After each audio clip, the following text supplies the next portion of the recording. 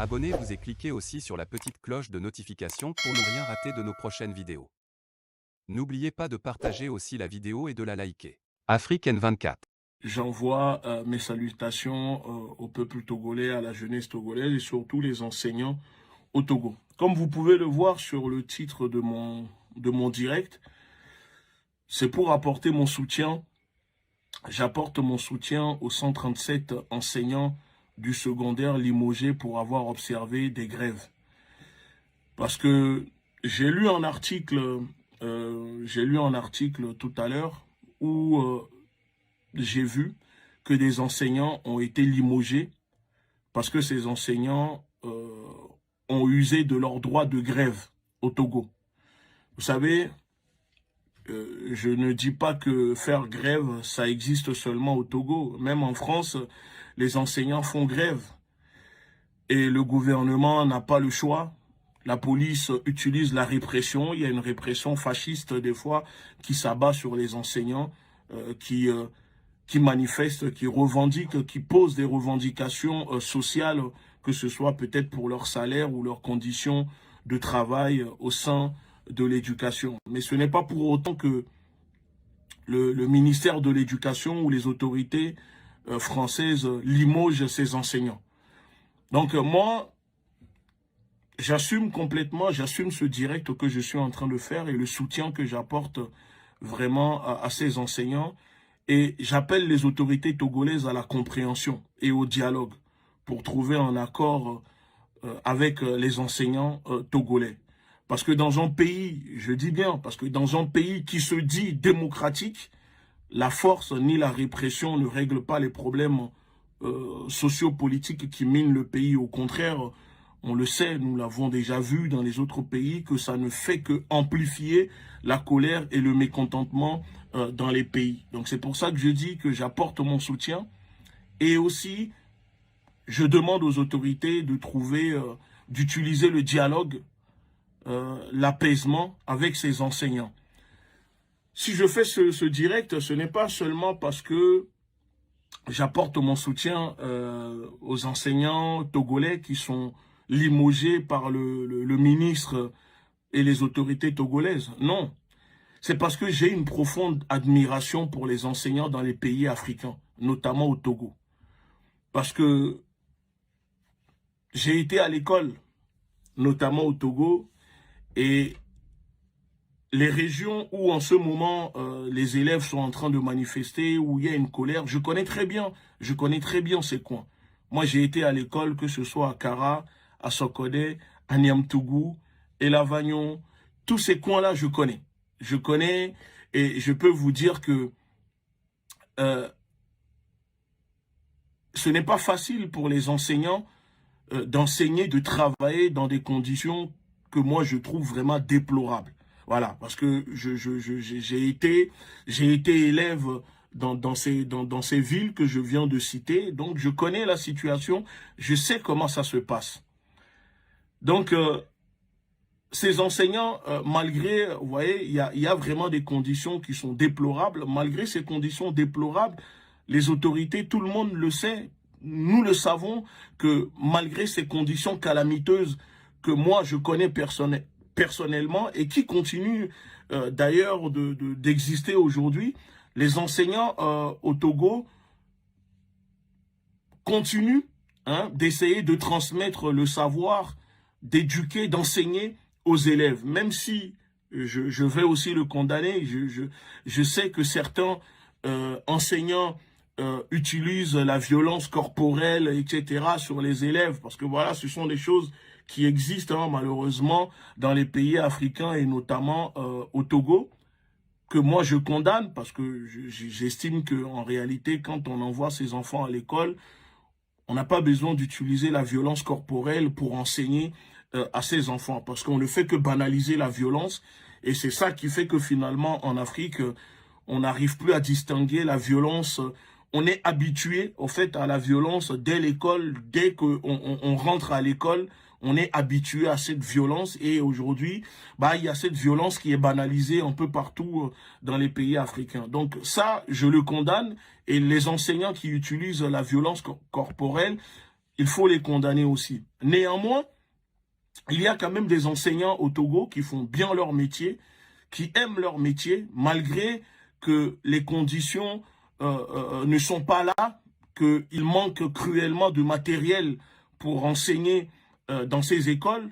Moi, je peux quand même vous dire que j'ai été à l'école, que ce soit à Kara, où on s'asseyait par terre, il n'y avait même pas de banc dans les classes.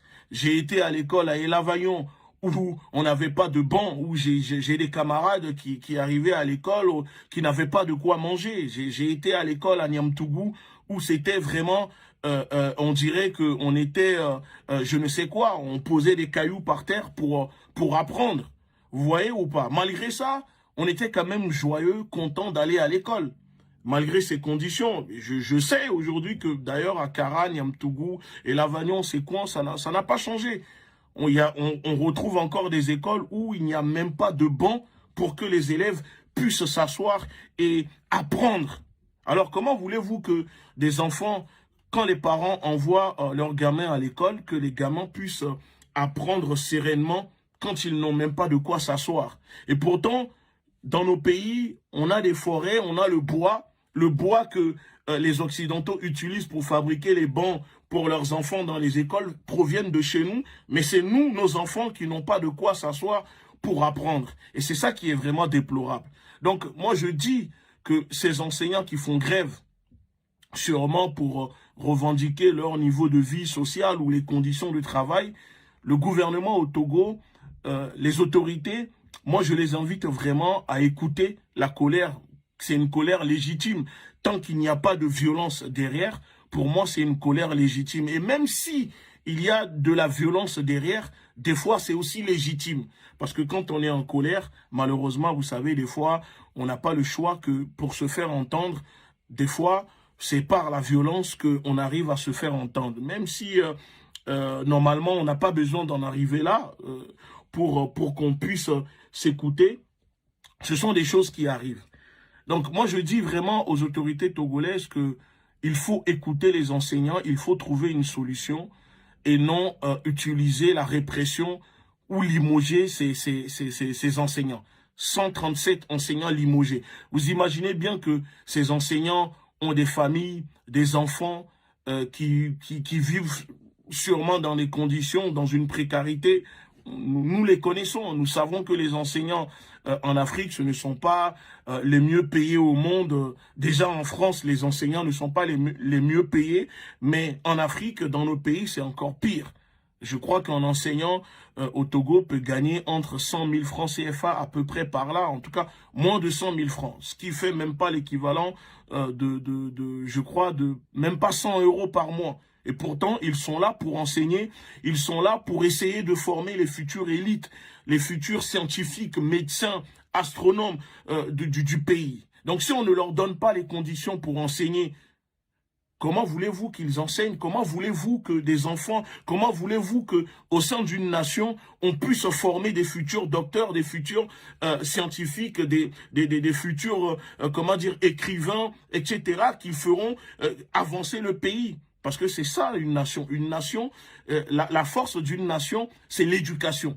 Donc, pour moi, au lieu de licencier, au lieu de limoger ces enseignants, je pense que les autorités devraient normalement trouver une solution pour régler ce problème, ces problématiques de la paupérisation du Nord. Moi, je le dis, le Nord est vraiment paupérisé. Le Sud est paupérisé aussi, mais le Nord est vraiment paupérisé. Il y a un abandon de la politique des politiciens vis-à-vis des populations du Nord. J'ai vu aussi que apparemment il y a la Banque mondiale a débloqué 256 milliards à peu près. Je suis pas sûr sur le budget, mais s'il y a des gens qui sont au courant, vous pouvez laisser le commentaire pour aider les autorités togolaises à développer, à mettre des projets pour développer le Nord. Le problème, moi, ce que je crains avec le déblocage de l'argent que la Banque mondiale, que ces usuriers de la Banque mondiale viennent de débloquer aux autorités togolaises, le problème, c'est qu'il y aura un détournement. On ne voit pas les populations à qui l'argent est destiné, ne reçoivent pas, ne voient pas le bout de ce développement. Parce que, oui, il y a de la corruption, il y a un détournement qui est devenu sport national au sein de nos pays, notamment au Togo. Donc, l'argent débloqué, je sais encore une fois que les populations au nord ne verront pas le bout de ce développement, de l'argent qui est débloqué. Et ça, c'est une réalité qu'on ne doit pas masquer, qu'on ne peut pas nier. C'est des faits, c'est une vérité. En France, il y a de la corruption, il y a des détournements qui se passent. Ce n'est pas propre, excusez-moi, aux pays africains, au Togo. Non, c'est la corruption, le détournement, ce n'est pas un sport uniquement au Togo. Mais sur le continent africain, malheureusement, il n'y a pas du tout de contrôle. Donc, c'est encore 3 fois pire que dans les pays occidentaux. Donc, c'est pour vous dire que quand je dis que moi, j'ai été à l'école dans ces coins qui sont aujourd'hui abandonnés, paupérisés, où des enfants vont à l'école en 2022, il y a encore des enfants qui vont à l'école et qui s'assoient, qui se posent par terre à même le sol, qui n'ont même pas de quoi écrire. Et pourtant, les enseignants sont là pour donner le peu qu'ils connaissent, pour transmettre, excusez-moi, le peu qu'ils connaissent à ces enfants. C'est pour ça que je dis que le panafricanisme, c'est aussi ça. C'est aussi du social, ce n'est pas que politique. Et c'est pour ça que j'invite vraiment les panafricains, les panafricanistes, qui ont les moyens, les organisations, à vraiment s'intéresser à ces problématiques dans nos pays, parce qu'on est trop occupé à dénoncer le franc CFA, à parler de politique, et on oublie les problèmes sociaux qui minent nos pays. Alors que moi, je dis et je crois fortement que c'est avec le social qu'on peut développer, qu'on peut s'en sortir sur le continent africain. Donc, les autorités togolaises doivent comprendre que l'abandon, l'oubli, voire le mépris envers les habitants de ces régions doivent cesser. Les autorités doivent écouter la colère des enseignants et des élèves aujourd'hui qui sont dehors, qui manifestent, parce que ces élèves ne sont pas contents de voir 137 enseignants limogés, alors que déjà on a des problèmes d'enseignants dans les pays africains, notamment au Togo, où on sait qu'il faut former énormément. Malheureusement, il y a plus de pasteurs, il y a plus de prêtres, il y a plus de je ne sais quoi que d'enseignants en primaire, au collège et dans les universités. Voilà, c'est comme ça. Qu'est-ce que vous voulez? C'est ça le continent africain aussi. Mais on peut changer les choses. On peut changer les choses. C'est une question de volonté. Donc, la dégradation de l'éducation dans les écoles publiques au Togo est due aux nombreux détournements et corruptions qui minent le pays politiquement et socialement. Moi, je le dis et j'assume ce que je dis. C'est une vérité. C'est une vérité.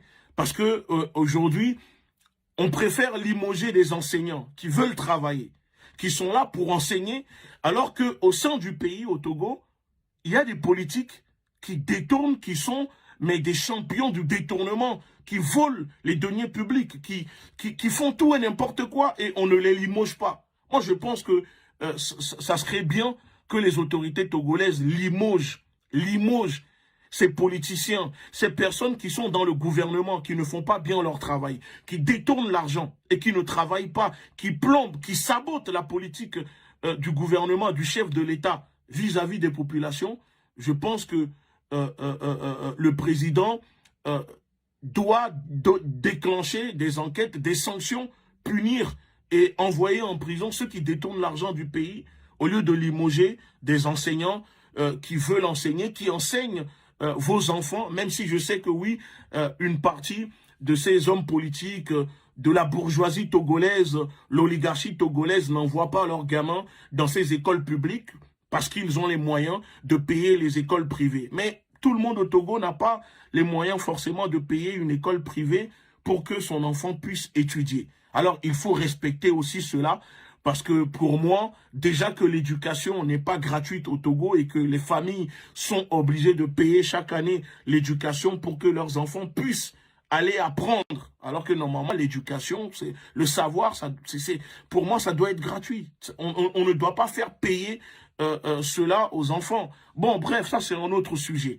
Vous voyez? Donc, il faut chouchouter les enseignants dans les pays africains. Le gouvernement togolais, je vous invite à chouchouter vos enseignants. Parce que c'est eux qui forment les futures élites du pays. Et c'est ça que les pays africains n'arrivent pas à comprendre. On préfère miser sur des églises, on préfère miser sur des mosquées, on préfère miser sur le divertissement, construire des stades à coups de milliards d'euros, mais on ne veut pas construire des écoles, on ne veut pas construire des universités capables de former les jeunes du pays. Parce qu'il ne suffit pas de fabriquer des diplômes prêts à l'emploi pour les donner à ses élèves, mais former une formation de qualité où les jeunes au Togo auront la capacité d'être formés à créer, formés à être utiles pour le Togo.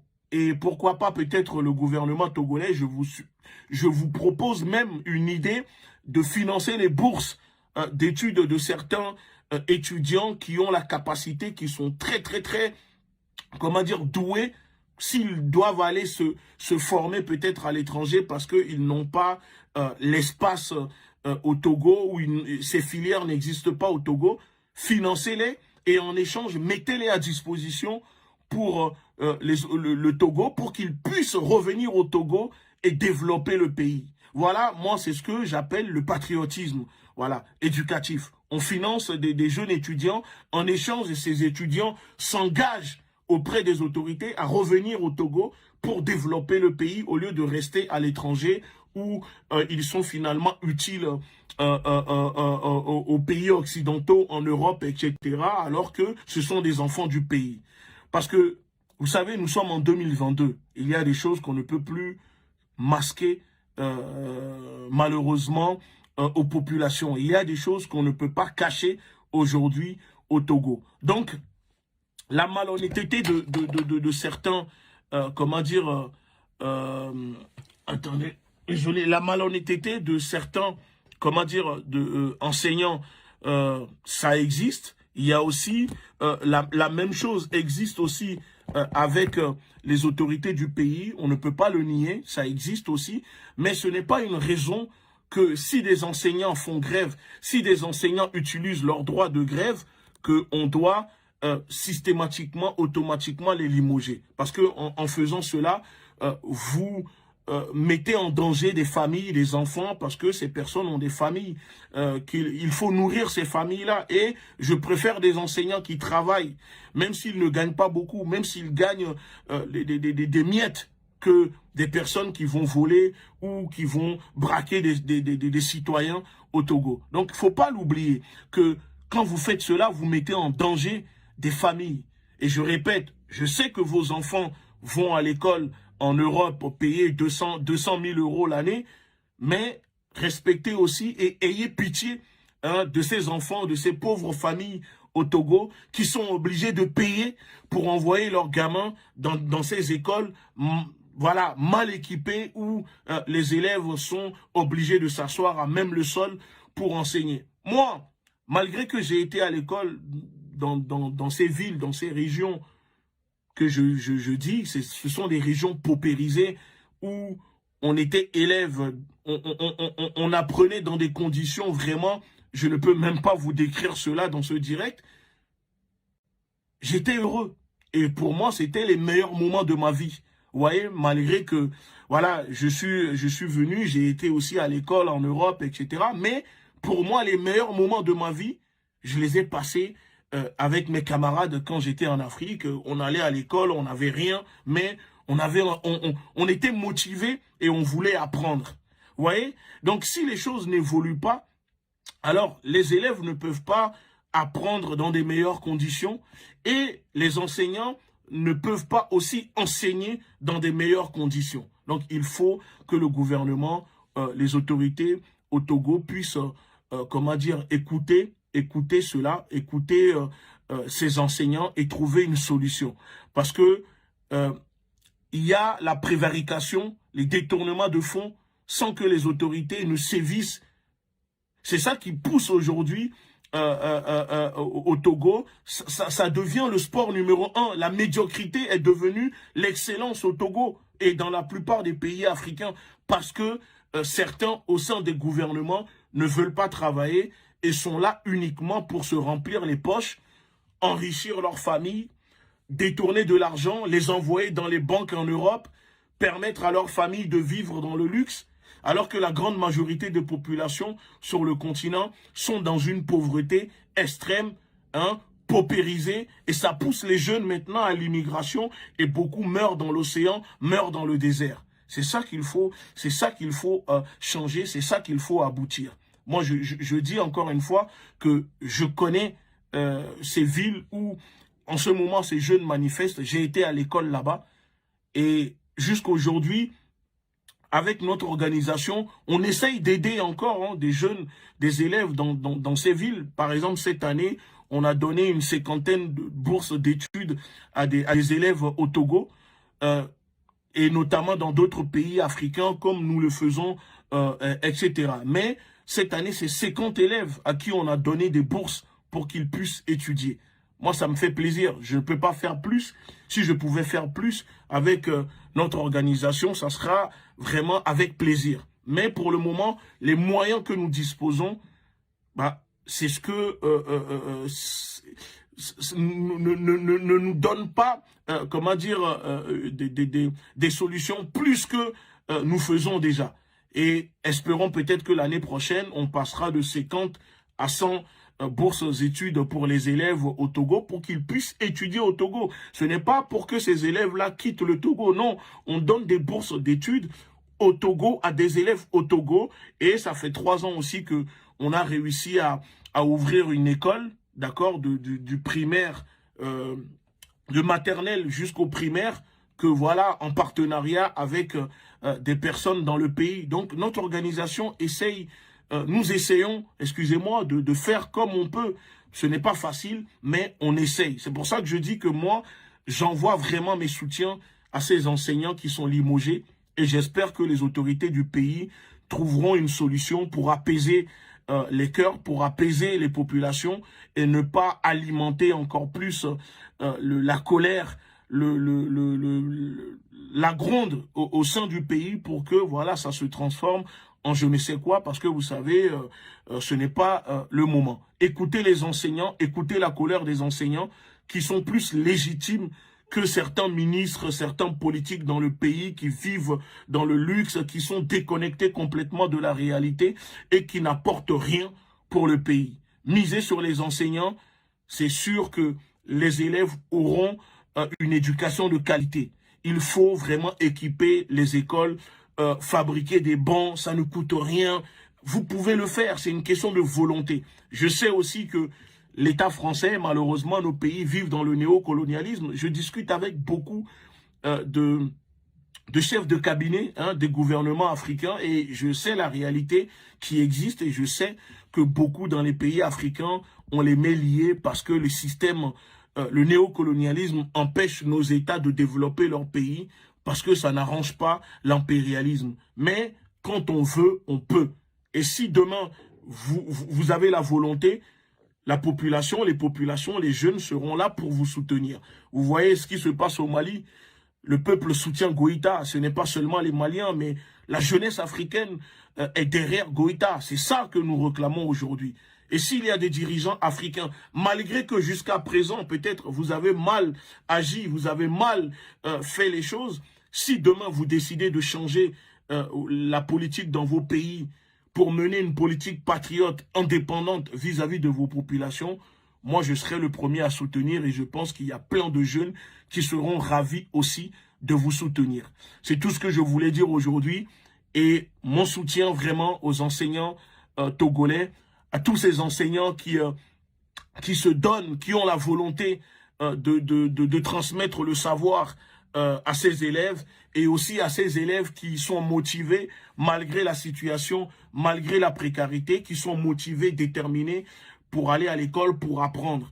Moi, je me souviens, pour finir, je me souviens que quand on allait à l'école, je vous prends par exemple Kara, à l'époque, quand on allait à l'école à Kara, les vendredis, les enseignants nous donnaient l'après-midi, soit on enlevait les herbes dans l'école, parce que voilà, le gouvernement n'allait pas le faire. C'était à nous les élèves de tailler les herbes, de nettoyer. On nettoyait nos écoles, ou on allait dans le champ de nos enseignants pour les aider à récolter le maïs ou le mil, ou vous savez, c'était des choses comme ça. Et c'était des moments que je n'oublierai jamais pour rien au monde. Vous voyez, parce que c'est ça qui fait aussi l'Afrique, c'est ça qui fait le charme. Et si vous ne l'avez pas vécu, vous ne pouvez pas comprendre.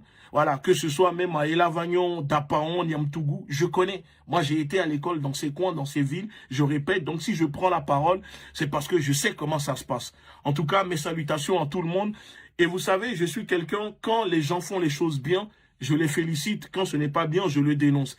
Et avant de couper ce direct, je tiens aussi à féliciter le ministre des Affaires étrangères au Togo. Je ne connais pas son nom, j'oublie son nom parce que j'ai vu que ces derniers temps, il a condamné les décisions de la CEDEAO malgré que le Togo a participé à sanctionner la CEDEAO. Le ministre des Affaires étrangères du Togo demande à la CEDEAO de respecter la décision de justice demandant à la levée des sanctions contre le Mali. Parce que, voilà, il y a une décision de justice et donc il faut le respecter. Et donc, rien que pour ça, le fait d'avoir pris la parole, moi, je le félicite et je l'encourage à dénoncer, peut-être à faire en sorte que la CEDEAO retire ses sanctions contre le Mali. C'est tout. Et sur ce, je vous dis bonne soirée. Likez la vidéo si ce n'est pas déjà fait. Laissez aussi votre point de vue en commentaire.